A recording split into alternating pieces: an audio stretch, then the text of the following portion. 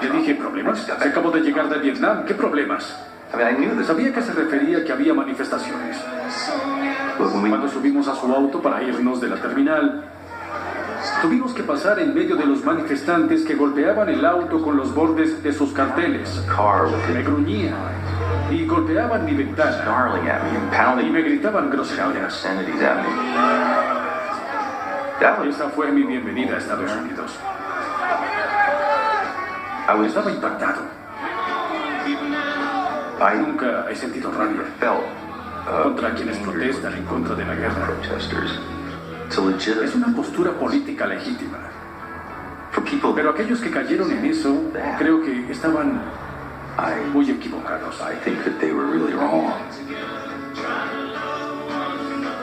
Se me rompía el corazón de pensar por qué estaban haciendo eso. No sabían quién era yo. Y me sucedió una y otra vez.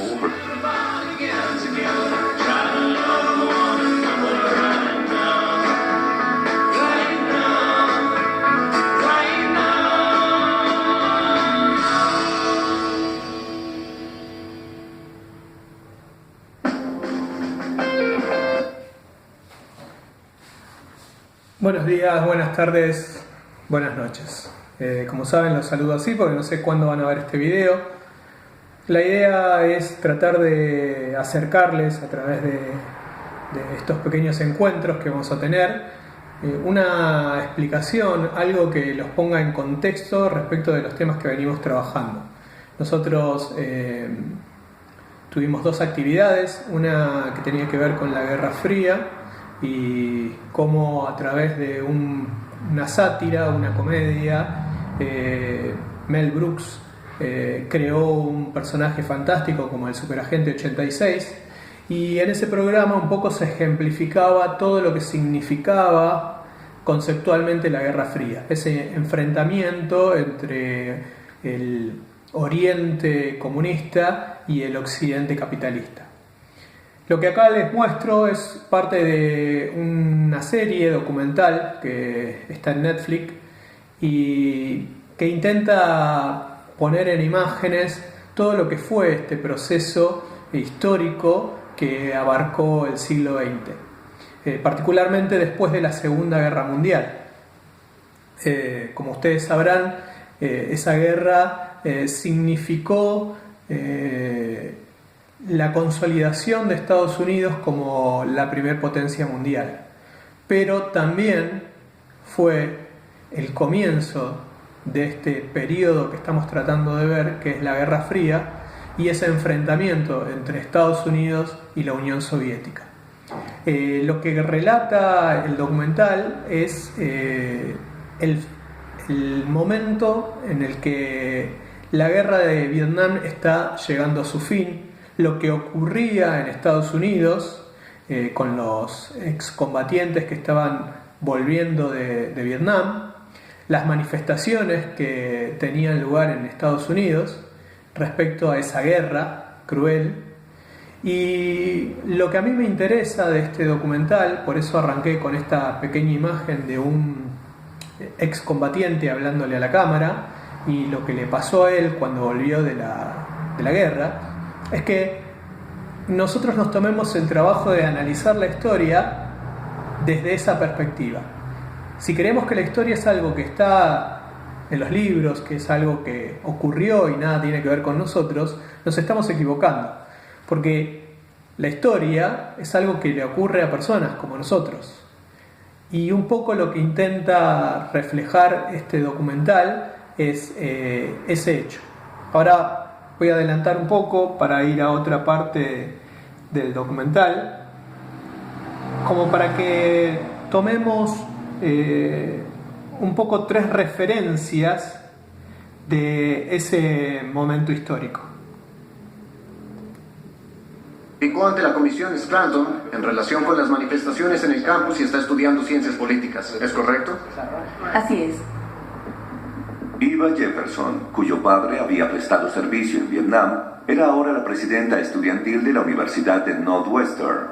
Después de lo que pasó en la estatal de Kent, impidió con firmeza que los manifestantes molestos quemaran el edificio del ROTC de su universidad. testificó ante una comisión presidencial que había estado investigando las causas de los levantamientos estudiantiles. Ella había advertido en esa época que algunos estudiantes estaban sintiendo tan frustrados que sentían que no tenían otra opción más que recurrir a la violencia. En este momento es un privilegio recibir al vicepresidente de Estados Unidos, Spiro T. Agnew.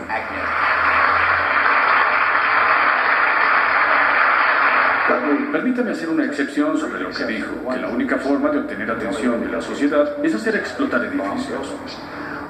Lo que quise explicar ante el comité Scranton fue lo que podría motivar a alguien a hacer volar un edificio. En ningún momento dije que aprobaba eso. Y si usted leyó con cuidado un testimonio, sabrá que no lo hice. Es este tipo de valerse de cosas que supuestamente dije en lugar de estudiar con detenimiento en lo que dije. Eso es lo que realmente me molesta. Porque está haciendo que las personas le teman a sus propios hijos. Siguen siendo los hijos de mis padres, son los hijos de este país. Y aún usted hace que la gente les tenga miedo. Ese es el mayor perjuicio. Hay una diferencia honesta en las cosas que no compartimos, pero cuando usted hace que unos le teman a otros, hace que la gente se aísle, y quizás eso es lo que quiere. Pero el impacto en el país sería desastroso. Déjeme decir que mi objetivo no es aislar a la gente. Si eso fuera cierto, no estaría aquí ahora. Permítame hablar de la excepción de ese racionamiento sin fin que la violencia es la única forma de obtener resultados. Estaba intentando explicarle el racionamiento de algunos estudiantes que son abiertamente revolucionarios. Usted no me escucha y eso me molesta. ¿Usted está a favor de qué? Ellos querían sacar provecho político al hacernos ver como unas personas violentas, aterradoras y horribles. No era cierto. Estábamos en contra de la guerra. Creíamos que era un error. Creíamos que nos estaban mintiendo y por eso estábamos en las calles. En Estados Unidos siempre ha habido una tradición de protestas. Nacimos cuando protestamos en contra de Inglaterra. Así que hacer que la gente le tuviera miedo a sus hijos me parecía que era incorrecto. Pero eso era lo que querían. Eran unos alarmistas. Bueno, esto es de lo que les hablaba cuando intentaba contarles que la historia es algo que le ocurre a personas como nosotros.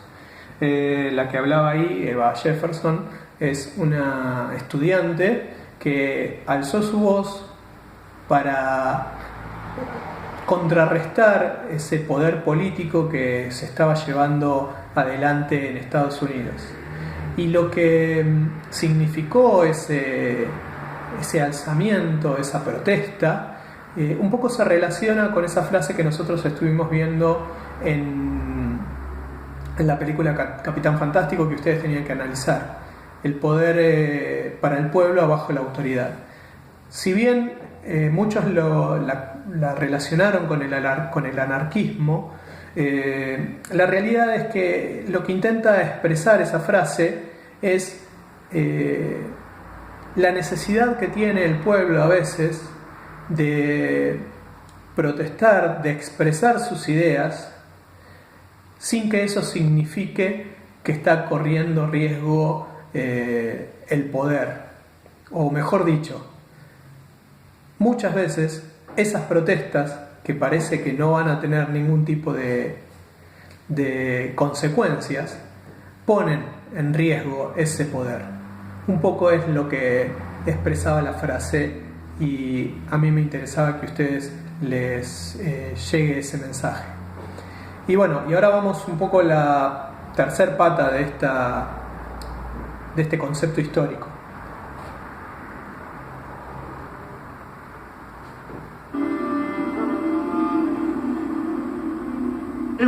Fue un fratricidio. Se puede pensar, bueno, es que eran comunistas. Bien, eran comunistas. Eran los peores vietnamitas del mundo. Nosotros éramos los vietnamitas buenos, pero enfrentemos el hecho de que eran vietnamitas matándose entre sí. ¿Cómo negar ese hecho?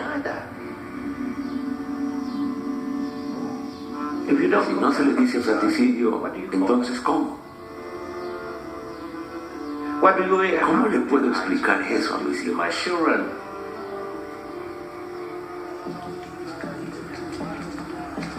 La incursión en Camboya redujo el flujo de hombres y suministros desde Vietnam del Norte, a través de ese país al menos temporalmente.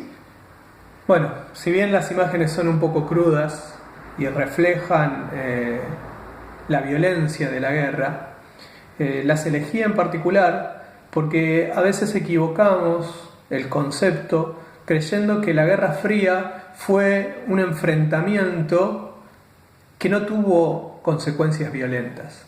Bueno, lo que podemos ver, lo que podemos entender de esto que está planteando este vietnamita, es el hecho de la violencia que significó la guerra para ese pueblo.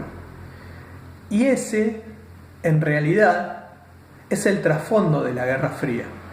Porque si bien no hubo un enfrentamiento directo entre Estados Unidos y Rusia, los enfrentamientos se daban en lugares como estos, en pueblos como estos. Bueno, espero que más o menos se entienda el contexto. La idea es que los videos no se hagan muy largos y cualquier duda que tengan, ya saben, lo pueden poner, como dicen los youtubers, ahí abajo en los comentarios, o me lo mandan por mail, o lo suben los colocan en el Classroom, que es otro de los medios por los que nos vamos a estar comunicando. Así que espero que les sirva la explicación, y a la espera de vernos en algún momento cuando todo esto pase, acá estoy para cualquier duda que quieran evacuar. Nos vemos.